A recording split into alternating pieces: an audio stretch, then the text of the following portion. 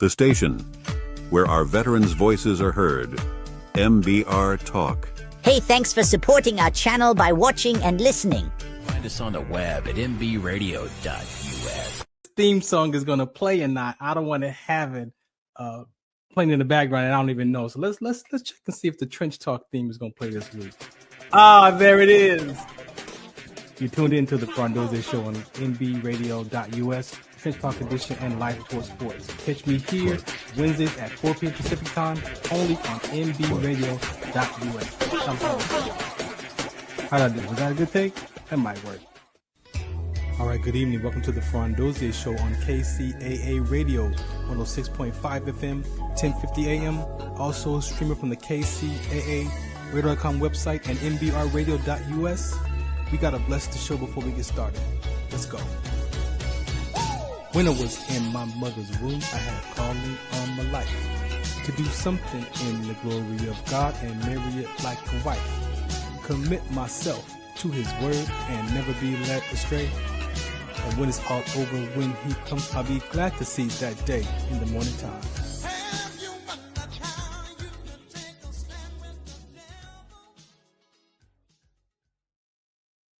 All right, welcome to an episode of the Farron Dozier Show right here on the Military Broadcast Radio Network. That's right, MBR.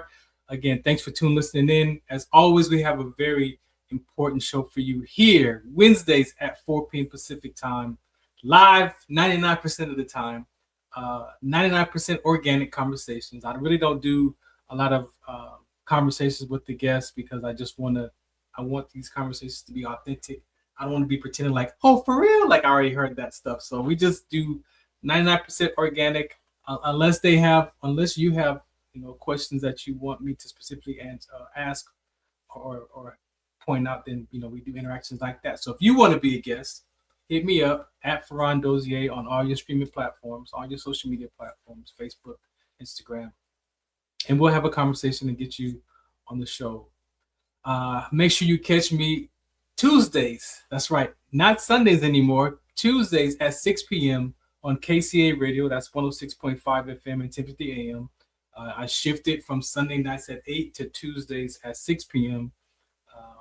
I'm working with the organization on a grant, and we're going to be addressing a lot of the men aspects, different types of conversations from all ages, children, adolescent age, young adults, grown men, our elders. We want to find out their experience of what it is to be a male so that we can start to address some of these conversations about, men can't cry, men can't do their emotion, men, whatever. We've heard it all. Right? And we've seen a lot of the impacts, unfortunately, of people completing their lives. All right. And in our veteran community, we know that they say 1 every 65 minutes a veteran brother or sister completes their life. And so we want to interrupt those conversations. For myself, it was very difficult in my transition. I still have to manage those conversations, but interrupting the willingness to die really was my biggest part of that conversation of discovering what's next. And then that's how I found this talk show back about 16 years ago. I've been, doing internet radio for a long time, and it just became a hobby to a platform of where I get to share not just my conversations, but those that people in the world care about as well. So that's how we got to be in front of you.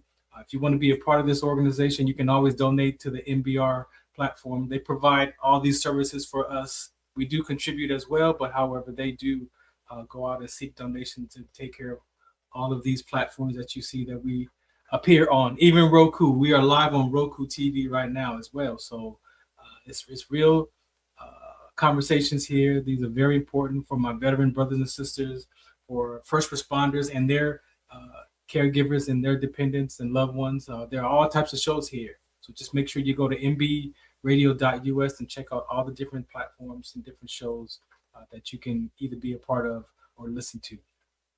All right, I'm going to play a couple of my PSAs and then get right into this conversation. My guest today is here because, as you know, I'll talk about that real quick. The Inland Empire Hounds, it's a professional ABA basketball team. If you've seen the latest documentary on Prime, it's called Soul Power. It's with Dr. J and all the other ABA players, and they actually talk about the ABA, how it got started, the transition, and then taken over by the NBA. And so, yes, the organization that I'm with, we own 3 basketball teams, professional: the Inland Empire Hounds, the Ventura County Orcas, and the Riverside County Mavericks. This season, we put in the IE Hounds, and during that conversation of taking over the Hounds from my friend, it was like, what are we going to do with this team? Like, we care about the community. And so what better way for us to present the IE Hounds with a conversation around For the Love of Dogs. That was sparked between myself and my business partner, Dr. Bonds. Found ourselves talking about the team one day and what we're going to do with it and how we're going to implement it and the structures. But then we found ourselves grieving around both of our experiences with our dogs. His dog of 17 years and my dog of 14 years. And that sparked the conversation of why not have a campaign from dog breeding to pet grief counseling. And here we are. We got 2 games left this season. That's right. So right now, technically, we are 11-5 with 2 more games left. And one of those games have been dedicated to my guest organization here, Care for Equity. I met them at one of the events. I'm out, networking and meeting people around the dog community. And I met Jessica, and we connected and met Hakeem. And so here we are today. So we're going to use our last game of the season, March 1st. We want to contribute to their organization by having free tickets. So you ain't got to pay. I'm not wrestling no bear or nothing, but you get free tickets to the game. And we're asking you to bring an item to donate to their organization so they can provide that to people who need those kind of supplies like dog food, blankets for the shelters, towels, things like that, toys, leashes, collars, things that for some people, when they want to adopt a dog or may need a new leash or a new collar, that they can have that, right? And so also, there's spayed and neuter. There's a lot of things that we want to talk about here as we want to contribute, but that's what's going on this weekend. We have a game on the 28th of February versus the Antelope Valley Bulls. And then Sunday's game, and that game is at 8 o'clock on Saturday night. And then Sunday's game is at 3 p.m. And again, you're more than welcome to come out. IEHounds.com if you want to grab your free tickets or just show up. However you get there, we just ask that you participate. And we'll see after this weekend if we end up either second place or third place. We know we're going to make the playoffs. It just depends on what seed we're going to fall and then how the following 2 weeks are going to play out for us. If we either host the game at home or either we probably end up traveling to San Diego because those 2 teams down there are in the top 1 or 2 spot right now. So I think that's that for the most part of it. I'm going to play a PSA and then we'll come back and talk about that for a second and then we'll bring up our guests. But this is the Farron Dozier Show on the Military Broadcast Radio Network. Appreciate you for your time today. Check out this PSA.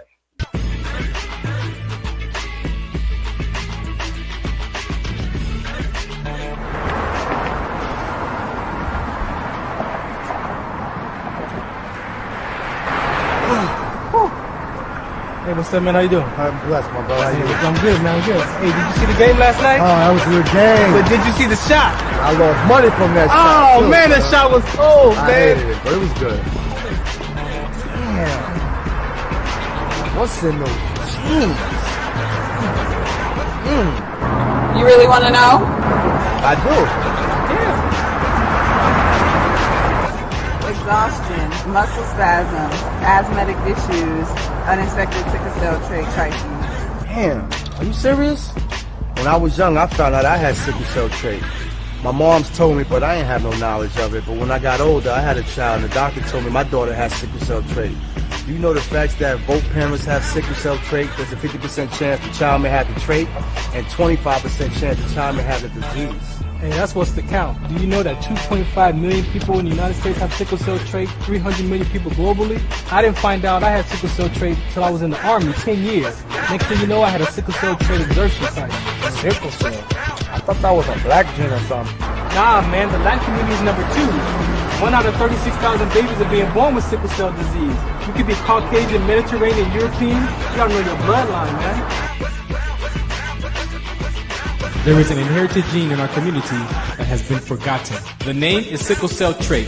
WDCONSCT, also known as What's the Count, is out to bring awareness, education, and prevention to people all over the globe.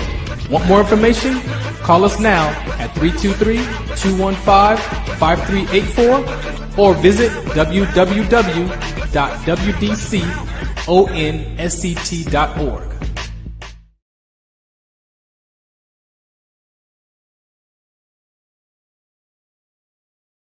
Do you remember studying sickle cell in biology class? What's the Count on sickle cell trait prevention is here to bring you awareness, education, and prevention conversations around the risk factors of this inherited gene. Visit wdconsct.org. Muchos de nosotros nos vemos afectados por la enfermedad de células falciformes a diario y un número creciente simplemente no nos damos cuenta. Los impactos de esta enfermedad afectan a todas las personas y en especialmente a las personas de color y con antecedentes diversos. Estar en servicio conmigo y con los demás a medida que creamos una mayor conciencia sobre cómo identificar y dirigir el tratamiento de los rasgos de células falciformes y ayudar a las familias a saber cómo superar el trastorno de células falciformes. WDCONS.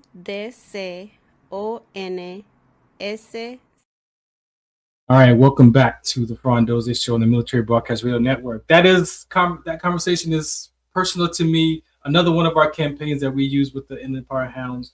We designed that more of a hydration campaign so that people can become aware of their inherited genes. Again, I collapsed in the military from sickle cell trait exertion with rhabdomyolysis. That's ended my career, and I became an advocate for that. And I've been able to travel across the country, across the world, delivering those conversations to military bases, high schools, colleges, churches, wherever I can get a chance to share that story, share that information to educate people. All right, so again, today we're going to have a conversation. This segment is definitely dedicated to our dog community, for the love of dogs. I had a female boxer for 14 years. I got her when she was 8 weeks old. And I could tell you, after having to put her down, I always thought that, I did think about if she passed away, I would let her go naturally. That was my mind frame. Was if she passes away, I knew that would happen one day, that I would just let her go naturally. But the last stretch of her life, man, she just wasn't in good health. And to watch her in my description of suffer, it was hard to see her to suffer that way. And so talked to my daughter, and we made a choice that it would be best to just let her go. Very emotional, very, very, I still miss her to this day. And I think to myself, if I'd have known how it would feel right now, I probably would have never even got a dog, right? And it's difficult to say that, but we all deal with levels of grief in different ways, and different times we find our healing in those journeys. So with that being said, my contribution right now back to I'm not saying I'm not getting another one right now, but right now I'm in the space that I want to be able to give back and support the conversations. We know that the dog and cat conversation is national. I mean, this is not just in California. This is a global, national, I would say at least national conversation that I've interviewed so many people in their respective states and just having a lot of challenges with the dogs and cats. So this organization, again, we partner with this year, and looking forward to doing more with them in the coming season as well. So I'm just going to bring Hakeem up here to the deck right now and just have a conversation and see what's going on with him. All right, sir. How you doing? Doing well. I appreciate the intro. Thank you very much. No, man. Thank you for taking time out today to hang out with me with this important discussion. Yeah, absolutely. And to be able to do something around the corner, meaning the game that we're promoting, it's a nice way to tap into the conversation. So if people are moved by what we're saying, I represent CARE. I'm all the way in Philadelphia, but we're all over the country and just trying to make a difference however we can. So thank you for being able to assist us with making a difference. No doubt, man. Again, thank you. So let's go back in time, man. Just who was Hakeem growing up, man? Give us a little bit of background. So. Hakeem was the kid that always had the talk back problem, but not necessarily in the sense of like, oh, he always got a comment. I just had the questions. I was always the kid asking why. So that didn't change. I don't intend to change it either. Like whenever something comes up that doesn't make sense to me, it feels unfair or unjust, I'm gonna ask why. Yeah. So that led to my path of being a troublesome youth of sorts, and then that led to me leading to getting into social work. I became a social worker. And, just asking the system why at that point, like, why can't my clients, receive what I feel they deserve? Yeah. And then, you get very emotionally tied in when it comes to the humans. So I was able to make a transition into the animal welfare space now, pretty much doing social work and still asking why do we not have equity? Why do we not have, what is fair to us? But yeah, just, asking why in them early years. Being someone that is obsessed with sports, passionate about my family, passionate about my environment. So just really always trying to give 110% on everything, even when it didn't deserve it. Sometimes, I could go a little too hard on some things, but just appreciating everything that was around me and representing it however I could. Now let's dance on that conversation right there a little bit, because for someone who has went back in time and started to heal my childhood and those decisions that I made about who Farron had to be to survive those moments in time of thinking that I was abandoned, my parents didn't love me, and all those things that we make up sometimes that seem to be real, like my truth, but it wasn't the truth, right? But that question, why, we hear that a lot from people, right? And growing up and asking why, and some environments don't allow the child to ask why, right? Sometimes the child, like you said, can become troublesome because the answers aren't being shared. Like I don't think that's it's not a right or wrong, good or bad conversation. But for some of us, we have questions, and the why is the wonder of the child wanting to figure out what's going on in life. What do you want to say about that part of it? See, that's the part that I love, which you just kind of leaned into, because the child I think they deserve to hear why. And maybe it's up to us as adults to figure out the best way to put it, because, not every kid is of age to hear the reasoning behind why everything is done. But maybe we could put it in a way that when they're, a year older, they'll understand it a little more clear, and it will stay at the top of their mind to ask when they are of sound age. And for example, right now, me and a partner of mine are running a program called What Is Your Why? And we're doing it in a high school, because, that's the moment in time where you're not just asking why to everyone else. You're kind of asking yourself why. Like, why do I want to do this? Why do I come here? So the more we can give them answers, the more we can make them feel confident into every step of what they're doing. So I think not every question has an answer. Some things are going to be left on why, but we need to be comfortable with asking that. For the same way, when we look at people who are in positions of authority, and when we ask them why, and they tell us like, don't worry about it, back up, something like, maybe right. Law enforcement, whoever, or right. Even ageism. We want to just make sure that it's something that we're not making the answers an exclusive club. Like if you're seeking the answer, let's try to find that for you. Let's work on that. Maybe we won't get the answer today or tomorrow, but we can at least make sure you are heard. And, if you need to be understood, we're trying. And a lot of kids are misunderstood, not being heard. So the least we can do is when they're asking why, respond. And it's beautiful, because part of the work that I do now with EQ Athletics is going into the schools and having churches, having conversations at church, even how important those whys are at that child level experience, because that can also fracture the sense of belonging of that child when he's coming to the father or the mother, right, and asking the parents why. And maybe, to tell the truth, as parents, sometimes we don't have the answer, right? And maybe we don't know why. And that could be also a pressure on the parents, right? Because they don't have the answer and the child's looking for that answer. But I want parents to understand, and what we share from is that, and as you said it, sometimes you got to plant that, whatever that is at that child's age specific, put something in that child's heart. So when they go back and grow up to think about it, is what my mom or dad said, not what I made up to survive the pain Mhm. because you didn't give me the answer. Because what people don't understand is if I'm asking you why, and some of us grew up in an environment where it's a one-way conversation. I'm the parent, you're the child, so it's because I said so. Get out of here. Now we'll talk about it later. That child will go sometimes away and make up their own story about the why, because the mind is going to make up something, and it's not going to always be a positive. It's usually a disempowering conversation. And now that child makes up their own story about what the why is. And now when you try to come back and put your input, the child's They're like, not nah. Yeah, they're like, nah. Like it's that. And that's what happens when we kill curiosity. Like we have to award.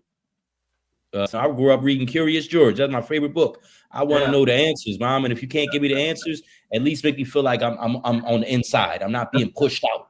Yeah, that definitely fractures, and that's part of our curriculum is showing and sharing how that is or could be an emotional fracture between that child and that parent, and then that increases that relationship to be more distant, which is what the spiritual context talks about anyway, is honor your father and mother. But if I don't think about you in a way that I'm connected to you, then I'm not gonna want to, and it sets such a bad example. Whereas we're telling them we love them, and like I don't have any children, but I know if I'm telling my daughter I love her and I don't listen to her, that is putting out a bad example into the world. I don't want her to have to go seek attention and love from someone that doesn't actually listen. So we have to, kind of look in the mirror to even say, hey, maybe if things happen, maybe you get a little separate from your kids in a personal relationship, but that's where you need to keep relationships around you, whether it be the uncles, the mom, the grandmoms. You need to be able to lean into other people to say, hey, I think my kid's going through something. You think you can maybe tell them some real life stuff that it maybe not sound as good coming from me, or they just don't want to hear it from me. But we need to have those relationships strong as well. And I appreciate you for saying that. That is a very important conversation for me, going through my own life experiences and starting to heal from those disconnections from my parents, and then really starting to get my life back, because I realized that they did the best they could with what they had, even if they didn't. I mean, they were teenagers when I was born, so of course they didn't know. I'm 55 trying to figure out what it is to be an adult right now, so how could I be upset with them, even looking back at their young age of having a child? So those are the spaces that creates that compassion, returns that heart to that parent, and creates the relationship with that child to have love toward that parent, or even how I think about you, right, and care for you. So you mentioned about sports. Give me some background about the sports life. Oh man, I'm a sports fanatic, man. Like I got tattoos all over my body, different sports. I got my knuckles tatted with the Phillies P's. I got the Atlanta Braves and the Orioles. Big baseball fans. My Eagles won a Super Bowl last year, and that still has me feeling on cloud nine. Sports was everything growing up. Even if I think it's what made my character and kind of gave me that confidence behind asking why. Because for so many years of my childhood, from 92 when I was born all the way up to 2008, we were just glorified losers, always in the playoffs. So I had to defend my team. I had to learn how to defend myself while still being prideful.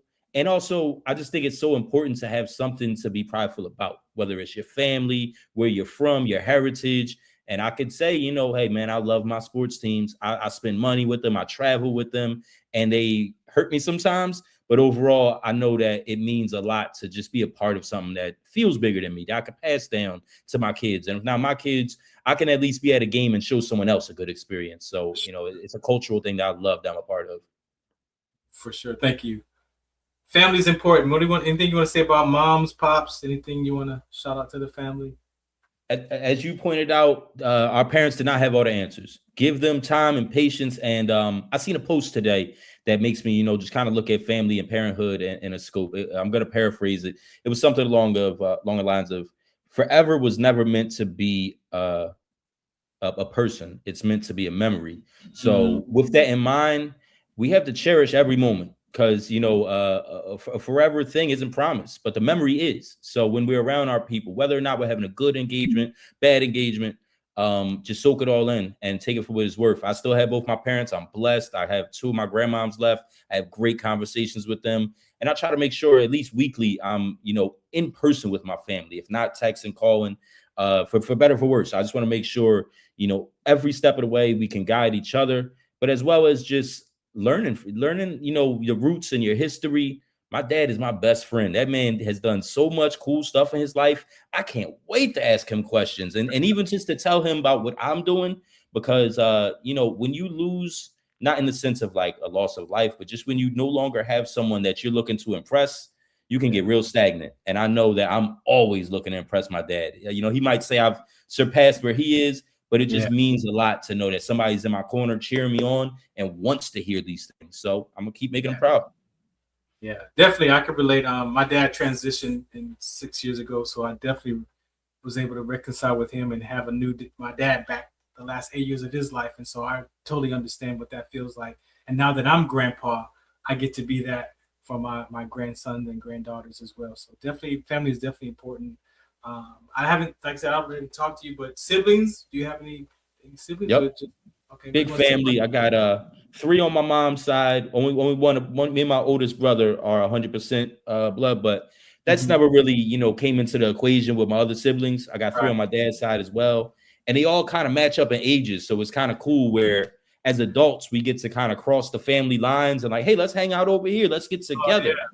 And you know, I don't know if they know it, but like when I see that, when I see my little sister from my dad's side hanging with my little sister on my mom's side, that makes me feel like the man, because I know that wouldn't have happened if it wasn't for me being an involved brother. And my older brother, I've never had to want for anything, because if he had it, he'll give it away before he kept it for himself. And that goes for his clothes, the car, the bed, like everything. When I became in high school, I had to want for nothing because he wanted to make sure his brother was fly, was taken care of, protected. So my siblings have done a ton for me. I'm trying to just return that favor for the rest of my life.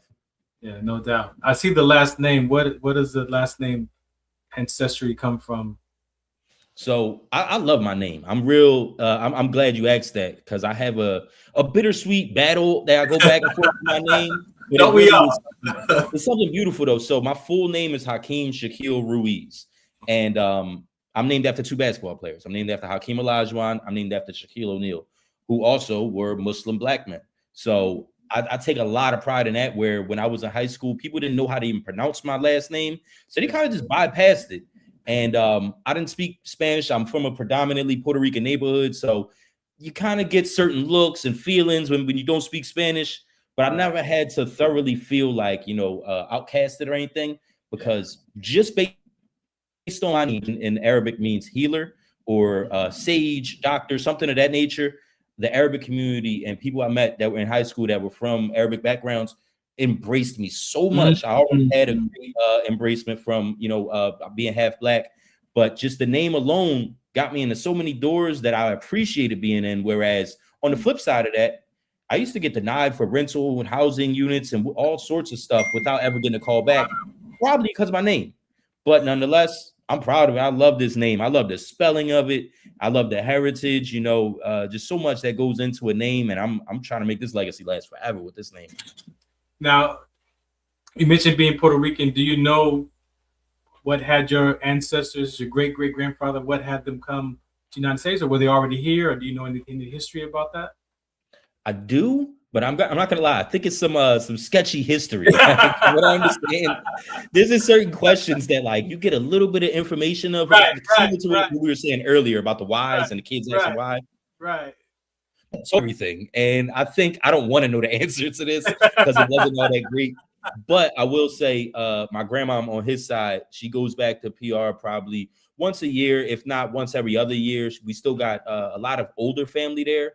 And when COVID time came around and, you know, everyone was traveling but not traveling, and we were wearing masks or not, but flights were stupid cheap. And for that period in time, my grandma went back to Puerto Rico in December. I think my dad sent my sisters down there in like February, and then he went down in March. I'm like, I gotta go.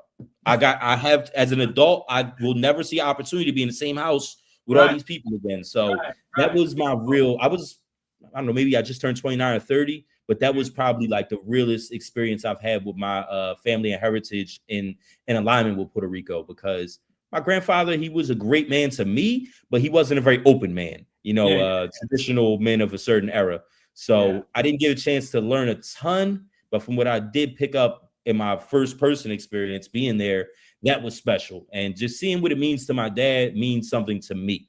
It might have missed the generation a little bit. I don't speak Spanish. I don't align, thoroughly the way that he may have intended it when I was born. But I think he knows that it means something to me to be a part of those moments with the family. So it's really special to, go back to the motherland of sorts and just feel the peace and bliss that there is there. Yeah, no, that's beautiful, man. Thank you. Like I said, those are the conversations that are important because we all have a history of some sort, right? And sometimes getting back to understand where we came from and why our family came to these areas for, a better opportunity, whatever that was, looking back, we could see, well, no wonder y'all act like that, or no wonder this was going on during that time and why you were so protective of me because of what you went through as a child. And a lot of times, we don't get a chance to ask those questions or talk to our relatives to find out what was going on in our history so that we can kind of see the behaviors and why we act the way we act. And I believe that those are important conversations, especially when you're ready to start your healing journey, that you can settle some of those questions that you have. You said sometimes there is no answer to questions. And so you can even settle those kind of things in our hearts as well. So I appreciate you for being open and sharing that. Of course, no, it's I'm gonna get those answers soon enough, but I just think I don't want to hurt no feelings in the process of it. Let's just say at a point the family had to go back to Puerto Rico. It was getting rough, but No, that's cool. That's cool. All right, man. So in this segment here about the For the Love of Dogs, when you hear that phrase for yourself, for the love of dogs, what's the first thing comes to mind for you? Unconditional love. Like whenever dog and love is in the same sentence, that's the first thing that comes to mind. And it's like a bittersweet thing because I do think you get that from humans, but we have our own attention spans that just allow us to be hurt over the littlest things. Right. But with our pets, it's just an unbelievable love, specifically with dogs, that is unconditional. Like I was just telling you, my dog had a little accident right before I started. Thankfully, I'm talking about my dog now. So once this is over, I'm gonna go up to that cage and be like, "Hey, I missed you. I'm sorry. Yo." Yeah, so the organization that you founded, we're gonna get to there in a second. But what had you even want to become a pet owner? I know this is your second dog, as far as I understand, but your first animal, your first pet, was that normal family dynamic, or was it something that you chose to set up? Completely a family, all family dynamic. And it's similar to, without getting into many details, similar to how my family ended up here from Puerto Rico.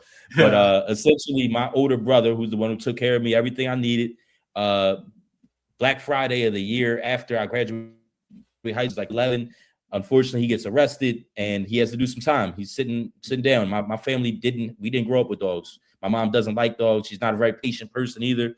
So it's just me and his dog. When he took in the dog as a stray the year before, I fell in love with the dog. It gave me like a sense of purpose. I remember, feeling lost, high school kid. I would go over there and just hang with his dog, and we had that kind of connection. So, and even just, it's triggering a little bit because I haven't remembered that part of it in a while where something go wrong at the house. I'm gonna walk to my brother's house and go hang with his dog.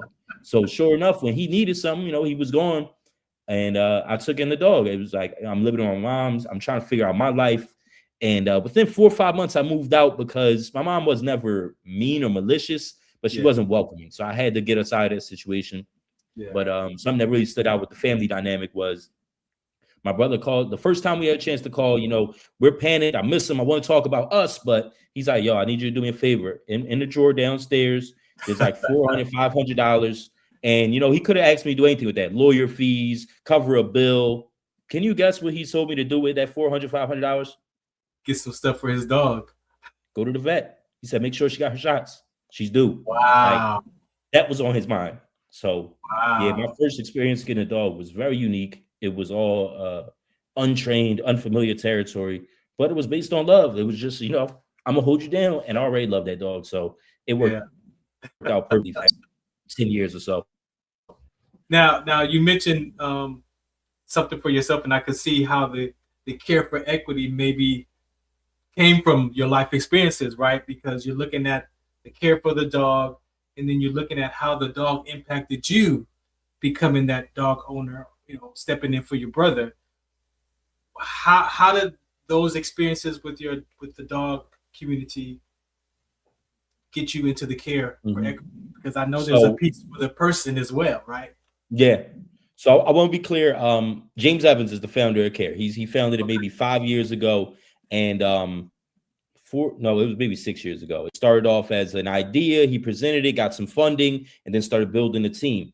I wasn't the first employee, but I'm the longest tenure right now. And I remember the day they hired me, or better yet, the day they offered me the job. It wasn't for that. It was for a community partnership. They were looking to do work in Philadelphia. They reached out for a Zoom. I was having a horrible day. I was, in my social work job, just hating every bit of it that day. I'm not one that uses the word hate very often, but I was hating my life that day. And I remember getting on that call, particularly because CARE is a BIPOC organization, focused on Black and Indigenous people of color. And my employee at my personal nonprofit in Philly is a white woman. So I'm like, I can't have you go on that call by yourself. They're gonna be like, who the hell are we talking to? So anyway, I get on the call during work, and I was as arrogant as I ever could have been. I'm on there like, this is what we do. We're the best in the city. No one could do it like us. Because I'm just speaking from a point of like resilience and frustration. And I moved them. Like it's unbelievable how the world works out. I moved them to the point at the end of that call. They're like, I don't know if we're allowed to do this, but we want to offer you a job. And I was currently at my job, so I'm already like, yeah, right. And then the email comes through. They followed up immediately with an offer. And I remember my employee who, it sounds weird. Like I'm working damn near minimum wage salary, and I have an employee at the same time. But she opens the email and she's like, Hakeem, this is great. This is perfect for you. She's happy for me. But like, I was still at a point in my life, I didn't understand how to be happy for myself. And I said, don't open that. It's not real. That's not real. None of that's going to happen. 4 years later, I've learned so much. This animal welfare industry is something that I feel like I'm perfect for. And in the early stages, I didn't know, but social work is kind of where animal welfare is leaning.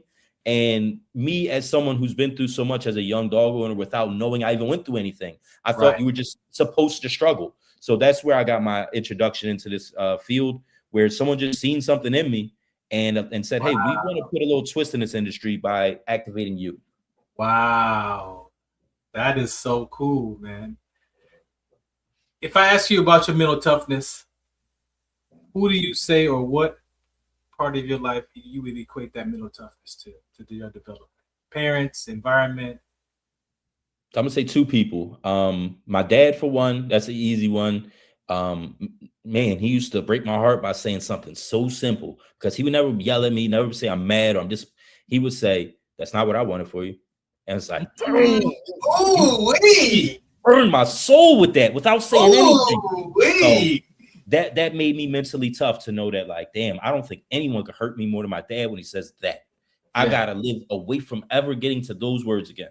So it was that, as well as he always had the mindset of, just being like, a man of the past, where everything is about, we have to figure it out. No one's got our backs. No one cares, Hakeem. He used to tell me that. I used to ask, like, hey, Dad, you're so popular. Why don't you go hang with that? Why don't you talk to? No one cares, Hakeem. He would tell me like that, which isn't the reality, but there's something beautiful within that.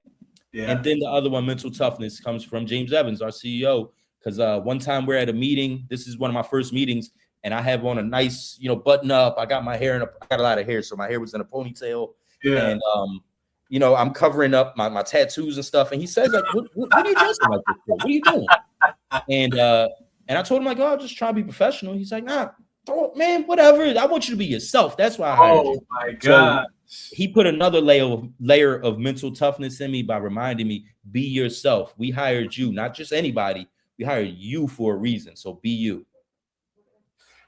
All right. So you join CARE. There's this conversation about not just the dogs and the cats, but the people who want to possibly become pet owners or adopt.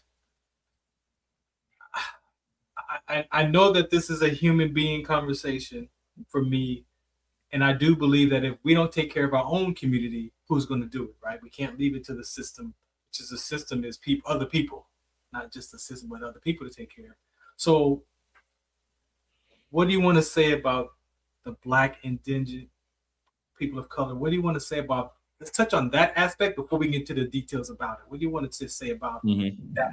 I don't even like the word marginalized. People use the word marginalized. I don't like that term, but I know it's a term used.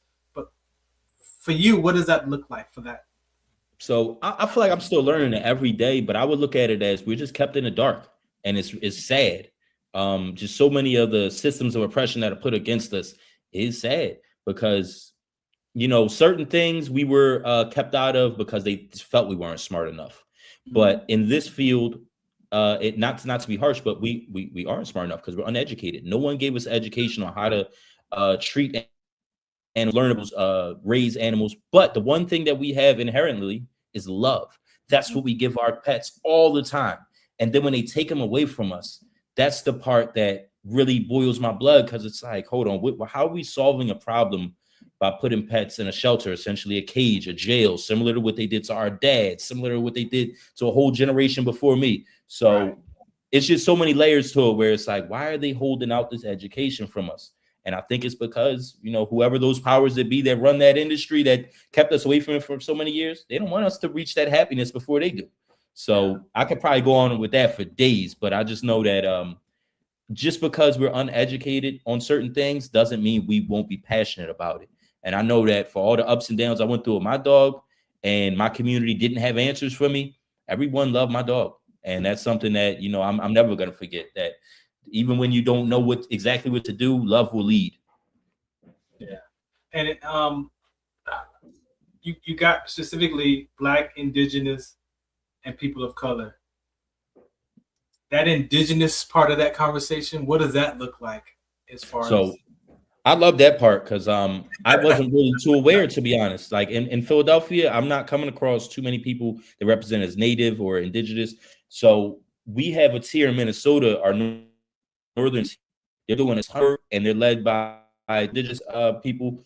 And man, I'm learning so much every day just about the trust factors, what we have to go through sometimes to make sure that we can get real information from them. And I love it because it's a two-sided street where it's to say, hey, we want to, you know, share with the world what you may be going through, whether it's, hey, you don't have a vet for 20 miles. You don't have a place you can go and receive proper food for your pets for 20 miles. And these are things that I'm not aware of, because the only thing I think of in Minnesota is the Timberwolves. But obviously there's so much more going on in that state, in those cities, that there's a very large Indigenous population out there, and they're doing a lot of work on reservations. They have a lot of unique issues. And to be invited into some of that trust and privacy that they you know, make you go through, I love it because it shows that we're on the right side of things. It really makes me feel confident within this work where we're not just helping any community, we're helping communities that have problems. Trust, the fact that they trust us makes me feel like I'm on the right page. No, man, that's beautiful. I have a friend who owns a Native American basketball team, ABA team. And we actually shared the hotel rooms together last season for the championship. We went out there to watch the game, and he was saying that even in his culture, mental health, like there are things that they don't really deal with, that they need that information, right? And how you saying that even around, I didn't even think about, even in the aspect of having pets, there's conversations that people just sometimes lack the knowledge or the information on how to best practices. I don't know how you want to language that, but there is information that people just don't know, right? About what it is dog. And so I didn't think about that as from a pet perspective. I know I talked to him about the mental toughness, mental health aspect. He's like, yeah, we don't hardly get any, like that's not even really a conversation for the Native American culture. Like we don't deal with mental health issues and things like that, but people are dealing with those things. So you talk about whole health is what I hear. Whole One Health system. And then you're thinking, I found out about quills, like porcupines are out there blasting their quills out at dogs. And these dogs that are, you know, not unhoused, but they roam. And they're getting blasted in the face with all these quills. And this is a problem. They got to rush to the vet that's, you know, 20 miles away. So this is something where I'm glad to be on the right side learning this type of stuff, because it just would go over my head otherwise. Yeah, you wouldn't even know to think about that if it's not a conversation. So I can see why you say the lack of information And again, if we don't take care of our community, you know, then who will? Mm-hmm. Right? We don't want to leave it to the systems, which is again just another level of people who run those departments. Mm-hmm. I watched the video on your website, on the CARE website, man, and it just opened my eyes to a whole nother level of this conversation. And it was asking the people, if you work 40 hours plus, you know, step off. If you live in a place that doesn't have a yard, like it went through all these different, and it was eliminating people, right? What do you want to say about that video that's on the site? That video was the first video they showed me when I was introduced to working for CARE. And I think it was the best way to get me in the frame of mind I need to do this work, because I wasn't going to be eligible to adopt a pet. I already had a pet and was a great pet owner for 13 years. But according to those standards, I can't adopt. I didn't have a backyard. I work too much. I live alone. And so many people who have small kids wouldn't be able to adopt. There's just so many restrictions that they put on adoption. And when you think about, hey, maybe I'll just go get a dog somewhere else, those opportunities are being limited. Like in Philadelphia, they just banned backyard breeding, which means if you accidentally have a puppy, purposely have a puppy, if you buy a puppy, if you try to just give a puppy away, you can be fined $1,000. So it already was expensive being broke as is. Now I can't even try to get a dog. I can't even be humane and think, hey, let me just give my cousin this dog because my pup accidentally had a litter. What? Control was being taken over completely. So a number that was shared through our animal control, which is, you know, they're in control of everything here in Philadelphia as far as pets. I want to say they had 291,000 pets come through the shelter since 2013. That's a large number, scary number. What's going on? We need to fix the situation. But the number they don't tell you is how many people did they deny? How many people likely of brown and black color culture from the neighborhood that they live in, which has a $35,000 annual income? How many did you deny? And also, I would like to see the zip codes. Those people that you approved, what areas do they live in? Because I know there's no backyards out here. There's no parks. There's no greenland. So, so many levels of control that makes people like me, who look like me, talk like me, live in my areas, not be able to have a pet. And when we're in a city that is known for being loud, arrogant, obnoxious, in traffic and yelling at each other all the time, and why wouldn't we want to kill each other? We can't go home and feel any relief from our beautiful pets. So it seems like a system of control. Now, you and I did have a conversation the other day as we were setting this topic up. And I looked at the application process, and looking at that application process, I could see part of their view of making sure that when you choose to go into adopt a pet or to become an owner of a dog or a cat, that there are certain things that they need to be aware of that you have, right? So I could see the fine line of filling out the application, answering these questions, but then if I base it just off the paper and not talk to you or get more details about the answers, then that to me is a part that you're pointing to, is like, okay, before you disqualify me, have a conversation with me, or what is there a missing transfer of information, or is it just a document? Oh, no, and then you're done? Mm-hmm. Or do they even ask you to come and have a talk to see? You know. So from what I understand, there's a no adoption list, and people can do anything to get on that. You wouldn't even know it. If you had a situation where maybe your pet was hit by a car, maybe you turned in a pet that was hit by a car and you didn't even claim it to be yours, they may still throw you on a no adoption list just because they are concerned that you have done harm. And lists like that are harmful because people change, people can learn, and some people are just put in a weird position, a weird predicament. So when you have, say, a 20-year-old that wants to come in a position that I was in, I had a job, I was making a couple of hours, and I was able to raise a dog just fine. Now, if you're going to deny me, do I stay in your system? Do you call me back in 6 months when the population is overwhelming at the shelter and you need to clear it? And you're like, hey, maybe we can let you at least foster one of these dogs. Maybe we can let us until we think you're a fit pet parent. Maybe we make visits. Maybe we make you come and take training with us. But to just straight up deny somebody shows a strong lack of effort and a lack of belief. So you don't believe that I could ever be a dog owner? Why would you not invest in me if there's such a big problem to house those dogs? I have a house. I got money that I'm willing to put in food, vet care, energy, time, and attention. Just give me a chance. And I think the problem is these places are kind of a one and done scenario, but it's not fair because we follow up should be just different levels of consideration, especially when you see a dog that's been on, I forget what they call it, but let's just use the term death row. If it's a dog that's on death row for 6 months and you're denying people every day, that doesn't make sense. That want to actually take the dog in, but because of the process of elimination, pretty much. But I appreciate how you say that too, because even us as human beings, when we communicate to one another, I find myself, or I had to learn even for myself, that sometimes we talk to one another like a chair. Like, Hakeem, this is how Hakeem is, and he can be no other way, right?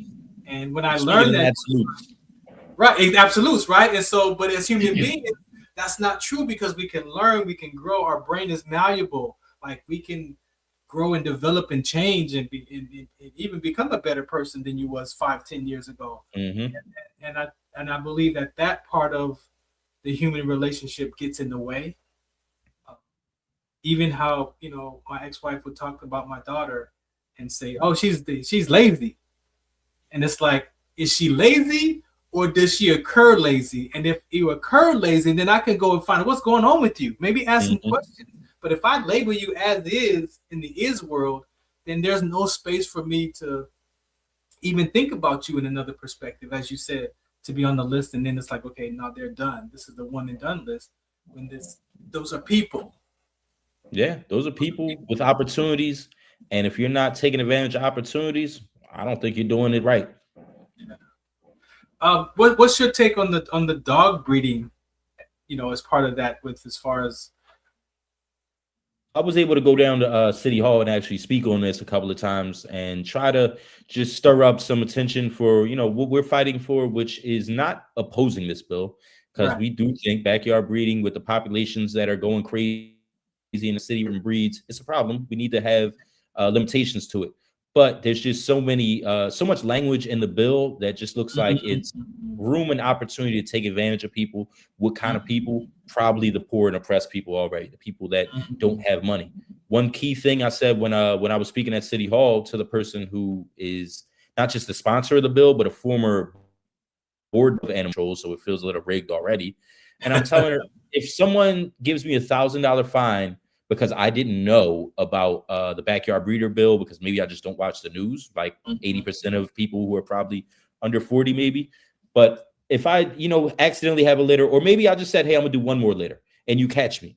Now I have this $1,000 to $2,000 fine per dog. What would I do to actually pay that fine? Because who knows what the sanctions could be? Jail time, more penalties, taxing issues. They might even investigate your citizenship status. Who knows when they get your information? Right. So let's just say I'm $2,000 in debt, maybe $4,000. The first thing I'm gonna think to do is have another litter of puppies. So it just creates recidivism. This is a problem that we've seen happen with, our systems of, let's say anything from drugs to just people who maybe, got greedy with something. So we need to start leading with education and partnership rather than punishment. Taking money away from somebody isn't always going to teach them a lesson. That's not really how the world works. Taking money away from somebody and maybe giving them a moment to be rehabilitated, educated, they might lean into that, and they might want to work off their payments. The same way you can look at a criminal case and they're able to walk off something on the street with good behavior and time served.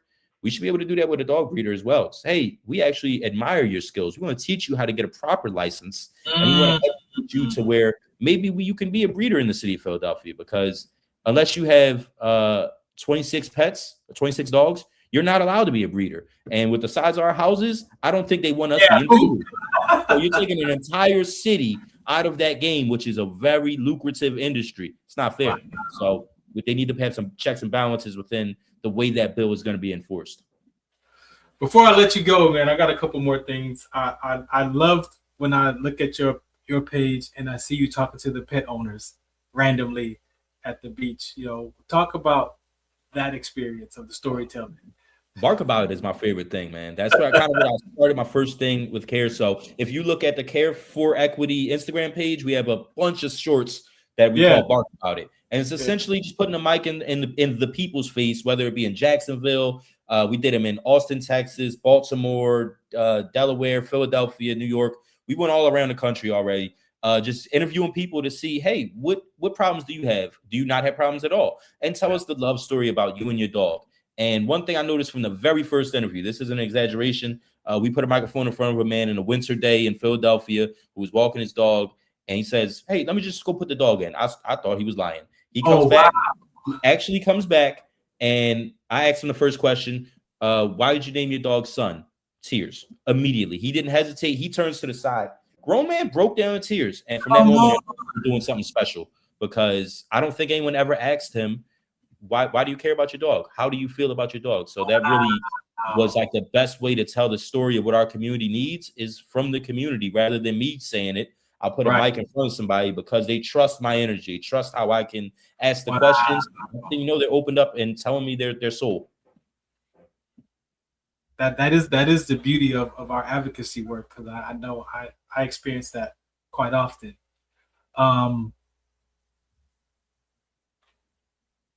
You got another pet recently. Yep. What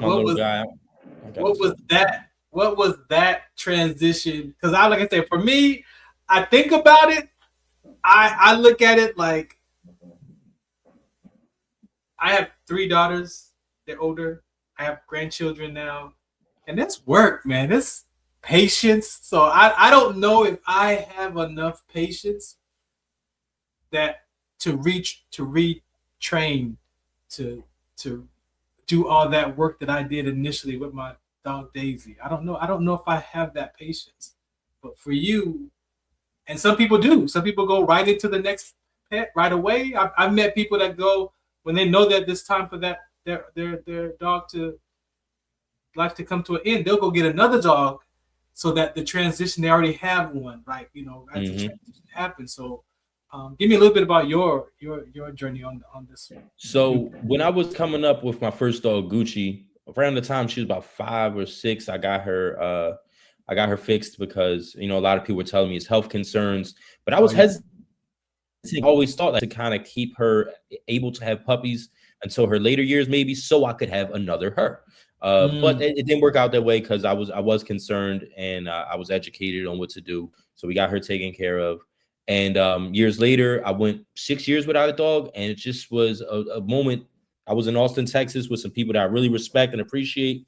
And in my city, I know that there's no offense to these breeds, but I had a pit bull. I wasn't looking to get another pit bull, and our shelters are full of pit bulls, to be honest. So when someone asked me, as I'm a single person, I live with myself, it's a lot of responsibility. They said, hey, what do you want in a pet? And we can find it for you. So I was very specific. I gave them some criteria, and they found me this little guy that I ended up naming Furious Styles P. If you if you ever seen Boys in the Hood, Furious Styles, I named it after the Lawrence Fishburne character because he's so cool, calm, collective. And man, I really love this dog because everything you said, the patience, I needed to kind of reinstill that in me. I was getting to a point of being very stagnant as a human, as an individual, a very successful, wise 30-something-year-old man, but I also was getting a little bitter, you know, of the sense, I'm not going to have another dog until I start a family. And sometimes you can't just keep pushing those goalposts back. You can't keep pushing back happiness. You got to be happy today. You have to live your life today because tomorrow is not promised. And I was proud to say I kind of healed myself by saying, I'm going to get this dog. And that first day, I lied to you not, I cried. I couldn't stop crying because I didn't even know how to look at this new dog without feeling guilt. But I got over guilt. And ever since that day, I haven't really looked back. I feel great. I feel relief. And I think it healed something in me to where now I can properly, grow the rest of my life without having any stunted growth. Wow. I know you describe it as guilt, but what if you could name an emotion more specifically? What would you say that feeling was when you see that you had that new dog that day, and you're like, you're not a replacement, but it's like, what is that? It's really hard to explain because as I shared with you prior to this, that I feel like I'm out of it from where I was. But if the best example I could say is I felt like I cheated. Like, I cheated on my last dog and I got this new dog here, and I feel so much just pain that like I gave up on you. Your memory is gone. I'm no longer gonna feel that way. Like, which isn't true. She's still Gucci is still the background of my cell phone as she's been for the last 6 years, and like that'll never change. And to be honest, this new dog, I have a different level of love for it. Like, someone asked me, "Oh, is that your son?" I said, "No, this is my best friend." But my first dog, I think that was my daughter. We had just a different level of connection that me as a young man, like, I don't know how she triggers this in me, but like I can just cry on command when it comes to thinking about my first dog.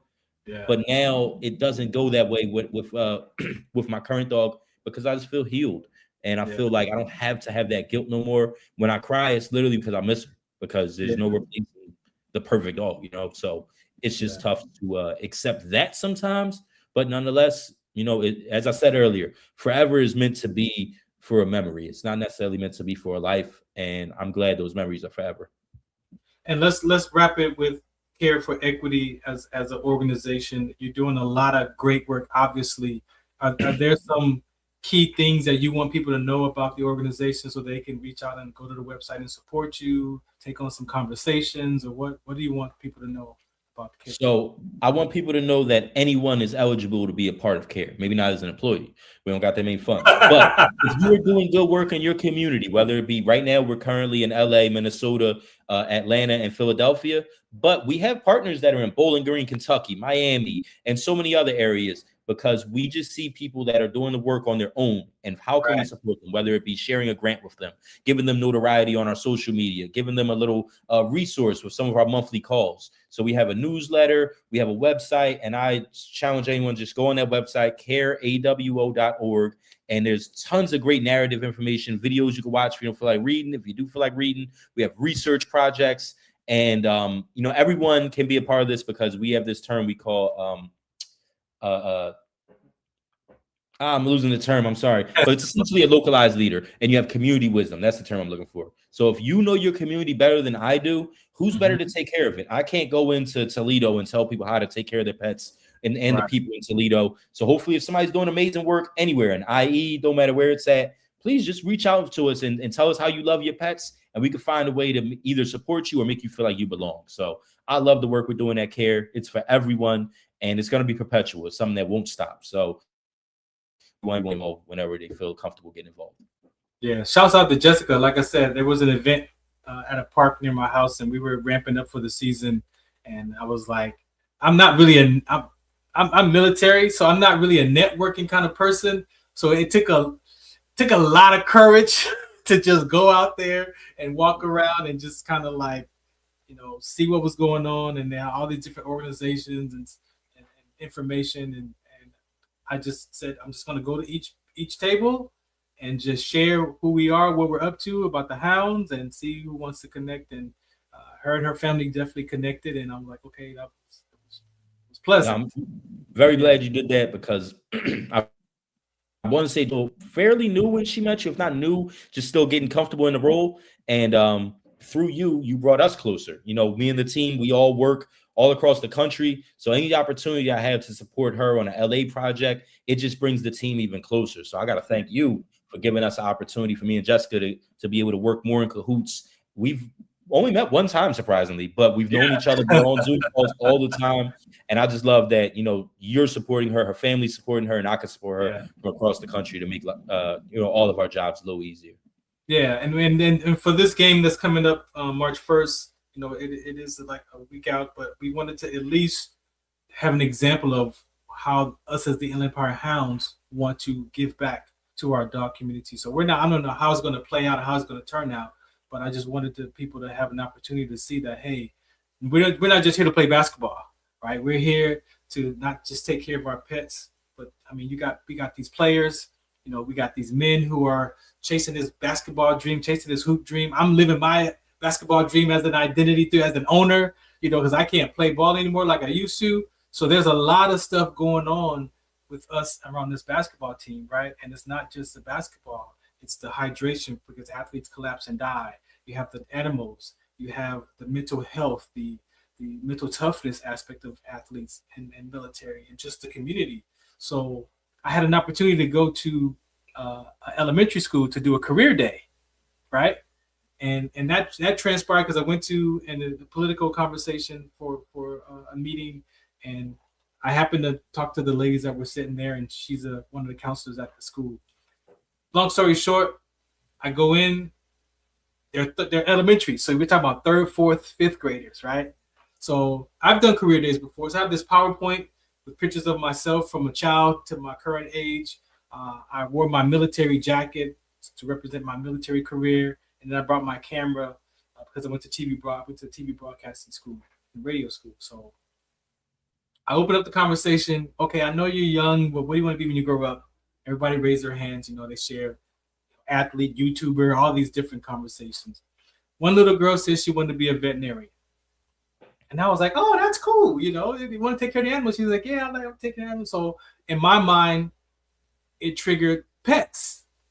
So I'm like, okay, so what's your favorite pets? And their hands go up, and, you know, kangaroos to dogs. One little girl knew the specific type of cat. Like, we looked it up, like, oh, that's your favorite cat. Like, so just all the different answers. And this one little young Hispanic little girl, she says, my goldfish died. And so I'm like, okay, I know what I had a goldfish as a child. I know what that feels like, you know. So I'm like, oh, okay, you know, and whatever God allowed me to say to the little girl, I said it. But then she said, I had to flush it down the toilet. And I'm like, oh, but it's how she said it and her facial expression. And I saw and I heard her tone, which was like a level of loss or grief. Like it wasn't like there was that was some loss there. So I heard that and I'm like, oh my goodness. And so whatever I deliver to the child, the hands go up and you hear the other children say, oh, my mom died, my dad died, my cousin died, my grandpa died, my uncle died. And I'm like, oh my gosh. I'm just now coming out of a level of grief with my own dad, right, after 6 years. And so, again, I deliver that message. As I'm done, they transition out to go to the next class. The teacher says, hey, we don't have time for these social emotional conversations. We're focused on test scores. I mean, 3rd grade, elementary school, test scores and all that, right? And I'm like, oh, my goodness. And she says, I'm grieving. She says, my dad passed in September. And my mom is 81, and I'm trying to figure out what's next for her and like all these. And I'm just sitting there like, you got to be kidding me. But I know that I have this burden on my heart about grief. And so to hear that from the 3rd graders and then the teacher, not just from loved ones, but for animals too. And it was like, this is a real life conversation. And I'm 3rd, 4th, 5th grade, and I'm dealing with already environmental stuff probably. And then on top of that, loss and grief. It was like, man, there's a lot of work to be done with our children in our schools. And so it just reconnected me to the why of why we do this and these type of conversations, man. So I thank you for today for being here, and anything you want to say about that level of grief or the transition for you, or how do we want to even move that conversation forward? I would say grief is something that never ends, and that's a beautiful thing because we shouldn't want to forget. And when you learn to deal with your grief, that's when you become stronger than you've ever been. I had my grandfather pass maybe 3-4 years ago. He's the one I got tatted on my knuckles, Papo. I remember, he was kind of losing it towards his last years. And I had a conversation with him, maybe 2 weeks before he passed. He had a tear running down his eye. And I start yelling at him a little bit. I'm like, what you crying about, man? You the best grandfather that's ever happened. You the man. You don't got nothing to cry about. And I'm just, going in on that energy for a couple of minutes. And he cracked a smile. Lord knows if he understood me. Yeah. But he passed shortly after that. And I truly feel like I've been more at ease with losing someone because I felt like I said everything I needed to say. Right. And that conversation made him feel great. But on the flip side of that, we have something like a losing of a pet. Man, when I lost my goldfish 2 years ago, that broke my heart because I feel like I was just surrounded by death at that point. Oh, wow. It wasn't that at all. Yeah. It was just when you lose something like a pet, especially someone who I live by myself, I don't have a romantic partner. Right. Right. A lot of it is just in here, in my mind. And when I lost my dog, it was that I lost something that I loved that never could tell me it loved me back. So that's where I was just seeking this, confirmation of sorts. And I actually spoke to a medium. This sounds crazy, but she speaks to pet spirits. And sure enough, when I got my new dog, I spoke to this medium, and she said, your dog said it's okay. Your dog said it's fine. You can move on. So grief is something that I think we all live with, and we all need to remember it will become a superpower. The same way we all have limitations, that's a superpower. My grief is my superpower because it makes me have empathy for others. And especially when it comes to people grieving over pets, man, don't let me see that Instagram post that your pet passed, because I'm going to be hitting you up every single day. Are you okay? Are you okay? And not even asking that I want you to be okay. I just want to make sure that you need someone to talk to. I'm here. I got your back. So grief is going to hit us all hard. But if anyone needs it, I don't care if it's a stranger just watching this program. Hit Hakeem Ruiz up if you're dealing with some pet. And I think we can, try to figure out how you can gain your superpower out of that. For sure, man. Thank you for your time today, man. I look forward to doing some more work with you in the near future, man. So again, I appreciate you for hanging out. Greatly looking forward to it, man. Thank you for the time. Thank you for keeping the ABA alive. Thank you for your service. And appreciate this opportunity. Anyone, please follow Care for Equity on Instagram. Follow me, Shaq Rose, SHAK_ROSE. And I just want to, be here to support. Looking forward to attending the IE Hounds game real. I appreciate you, man. Thank you for your time. No problem. Take it easy, bro. All right. All right. Thanks for tuning in again today on the Farron Dozier Show. Again, always a very important conversation with you. The care for our animals. As the co-owner of the IE Hounds, that's definitely, we incorporate the dogs and the cats there. But I also, before I shared the team with my partners, I own the Ventura County Orcas as a sole owner, and that campaign was right away. How can we take care of the orcas, right? Because they are becoming extinct. And so just, in the space that I am with the Riverside County Mavericks, that mascot is a lion. So I'm probably going to share the cat community with that lion and the Riverside County team. So we got 3 teams. Those will definitely be based on how to help take care of the animals. Again, I was going to say, on a biblical conversation, that's what Adam did. Adam had his work, and he was to take care of the animals. And some other things happened during that time, but that is what we're here to do, to take care of the animals and be a voice for them and just be responsible for them. And as Hakeem was saying, people can learn, they can grow, they can develop. And if you desire to be a pet owner or to adopt, and you're having some challenges, maybe reaching out to Care for Equity can help you, give you some pointers, some conversations to go back and maybe fulfill on that desire to adopt or be a pet owner. We do know that there is a level of responsibility. I was going to tell Hakeem, I remember in the past, in the mid 2012s, I think I told him, I have friends who were in the adoption arena, and one of the biggest issues that they had was people would come adopt a pet, and then 4 or 5 months, 6 months, a year later, they move into an apartment, or something happens, life changes, and then they have to return that pet. And so I could see both views on that. Hakeem, I'm gonna bring you up. Do you want to answer that question? You want to talk about that with me real quick? Yeah, I'm still here. I want to touch on that before we go, man, because that was something that popped up, that the responsibility of and experiencing it, saying, hey, okay, I fill out the application, I adopt the dog, I take the dog home, 9 months, 8 months, 12 months later, life happens, and then now I got to give the dog back, and I'm taking the dog back to the pound. Is that a concern? Is that one of your concerns as well, or?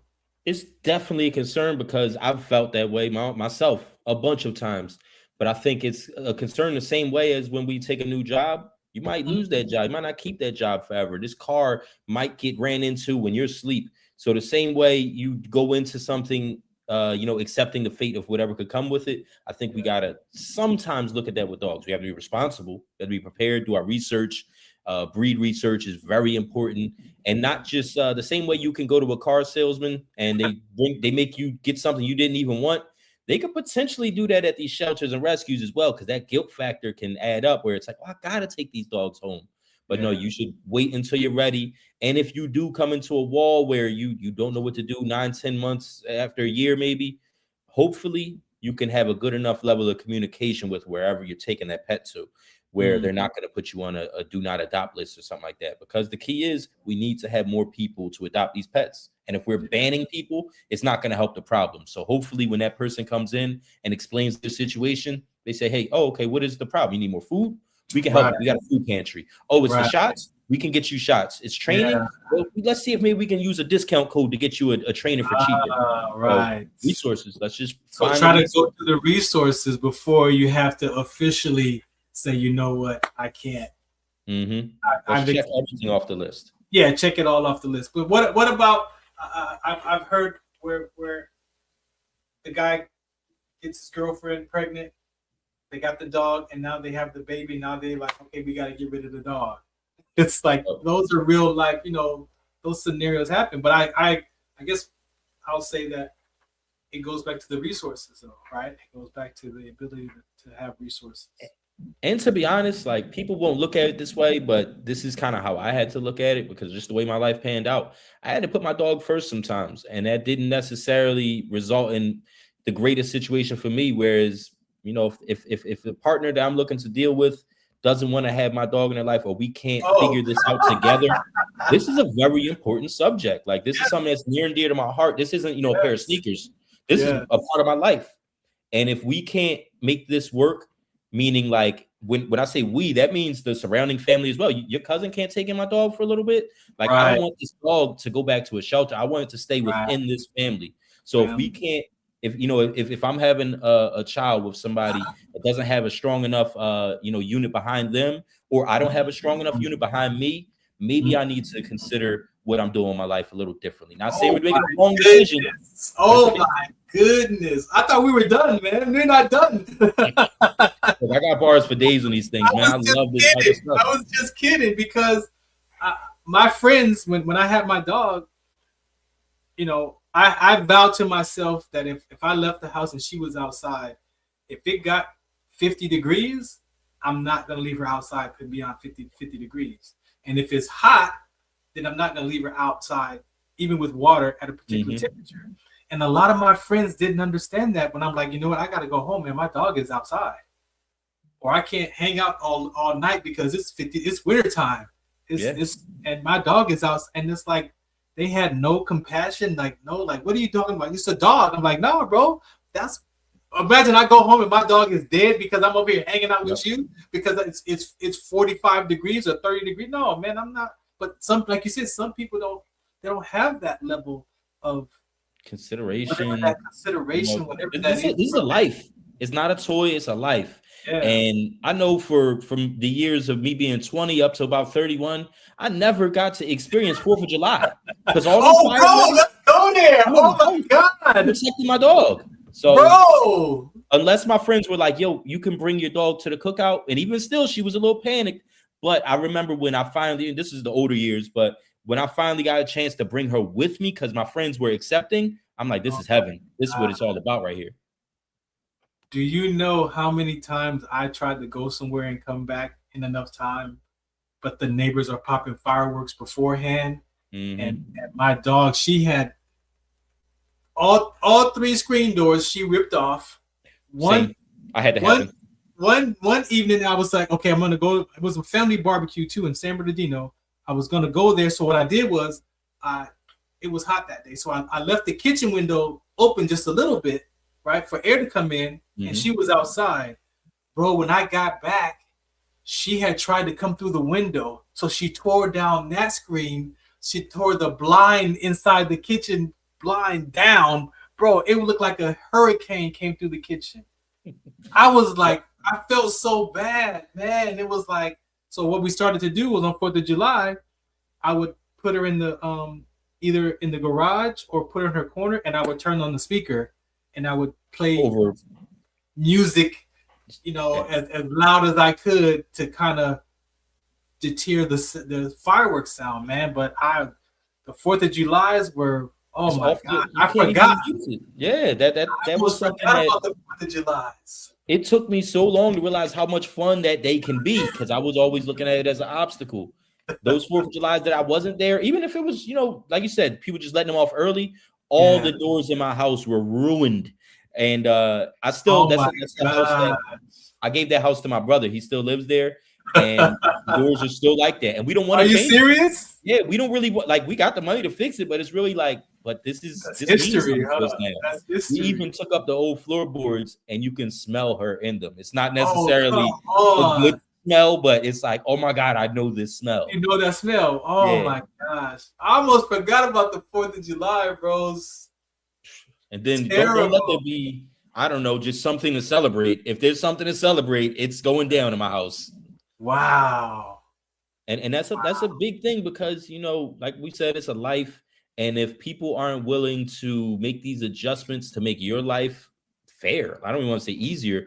Like, hey man, my dog is well behaved. If I'm going to come over, I have to bring my dog with me. Is that cool with you? And when people say that is cool with them, it's like, okay, you're going to be around for a long time. You want to make memories with me. You want me to be here. Wow. Yeah. Most of the time I left my dog at the house. And that's why I got the little guy now. The little guy can go everywhere with me. He's 11 pounds. See, that's what I'm thinking. Like, maybe just get one that I can hang around and carry around and not be so big. But if I got to travel, I travel a lot. So it's like, that's tough, man. Yeah, it's bittersweet. It's like having a baby. It's like having a child. Something else was made easier on me was, for one, having a little dog. Everyone thinks it's the most adorable little toy. So that means I can easily be like, you can just watch him. He don't bark. He don't bite. All you got to do is maybe clean up some poop every now and then. I got you. No, man. Again, thank you for coming back up on the deck, man, and finishing. Of course, man. I love the conversation, bro. There was some more that popped up for me, and I was like, I know you could speak to that, because I know I'm not by myself. And, no, never by yourself on that type of thing. I'm here with you on that. All right, man. I appreciate you, man. Thanks again. All right, we got to get out of here. This is the Farron Dozier Show on the Military Broadcast Radio Network. Yes, Trench Talk is a segment here, but we are a variety show. We talk about everything. So again, the Hounds.com if you want to check us out. Season's almost over. Regular season's almost over. Got a shot at the playoffs. Not sure what's going to happen next season, but in the off season, we're definitely going to cultivate more relationships and work with these organizations to see how we can be a part of that support. We talked about mental toughness and mental health, so you can go to LBI Solutions, work with Caldwell Williams there. That's one of our other important topics for our human beings, the sense of belonging and that development there. We talk about that.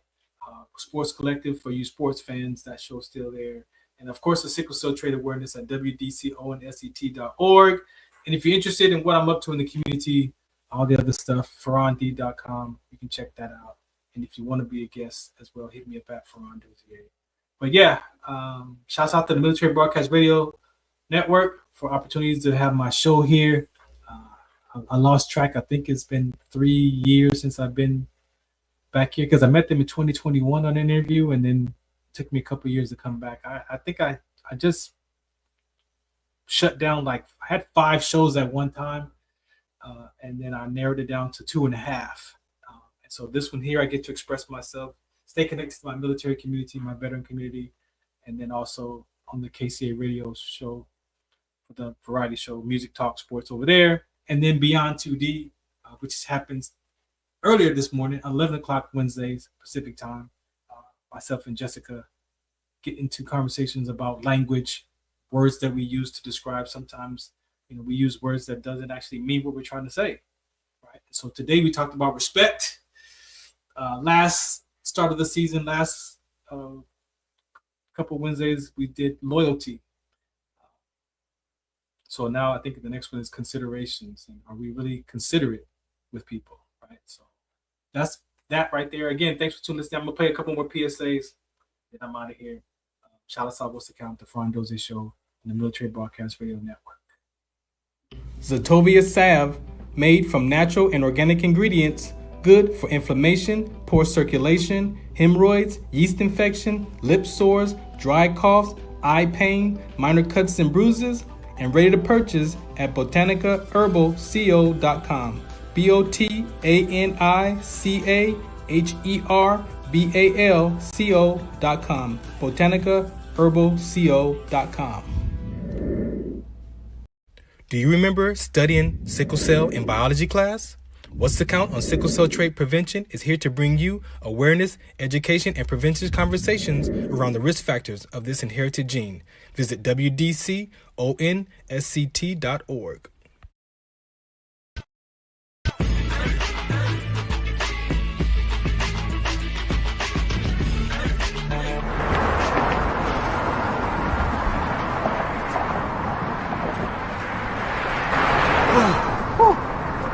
Hey, what's up, man? How you doing? I'm blessed, my brother. How you doing? I'm good, man. I'm good. Hey, did you see the game last night? Oh, that was a good game. But did you see the shot? I lost money from that shot. Oh, man, that shot was cold, I man. hated it, but it was good. Damn. What's in those jeans? You really want to know? I do. Exhaustion, muscle spasms, asthmatic issues, unexpected sickle cell trait crises. Damn. Are you serious? When I was young, I found out I had sickle cell trait. My mom's told me, but I ain't have no knowledge of it. But when I got older, I had a child, and the doctor told me my daughter has sickle cell trait. Do you know the facts that both parents have sickle cell trait? There's a 50% chance the child may have the trait, and 25% chance the child may have the disease. Hey, that's what's the count. Do you know that 2.5 million people in the United States have sickle cell trait, 300 million people globally? I didn't find out I had sickle cell trait until I was in the Army, 10 years. Next thing you know, I had a sickle cell trait exertion site. Sickle cell? I thought that was a black gene or something. Nah, man, the Latin community is number 2. 1 out of 36,000 babies are being born with sickle cell disease. You could be Caucasian, Mediterranean, European. You gotta know your bloodline, man. There is an inherited gene in our community that has been forgotten. The name is sickle cell trait. WDCONSCT, also known as What's the Count, is out to bring awareness, education, and prevention to people all over the globe. Want more information? Call us now at 323-215-5384 or visit www.wdconsct.org.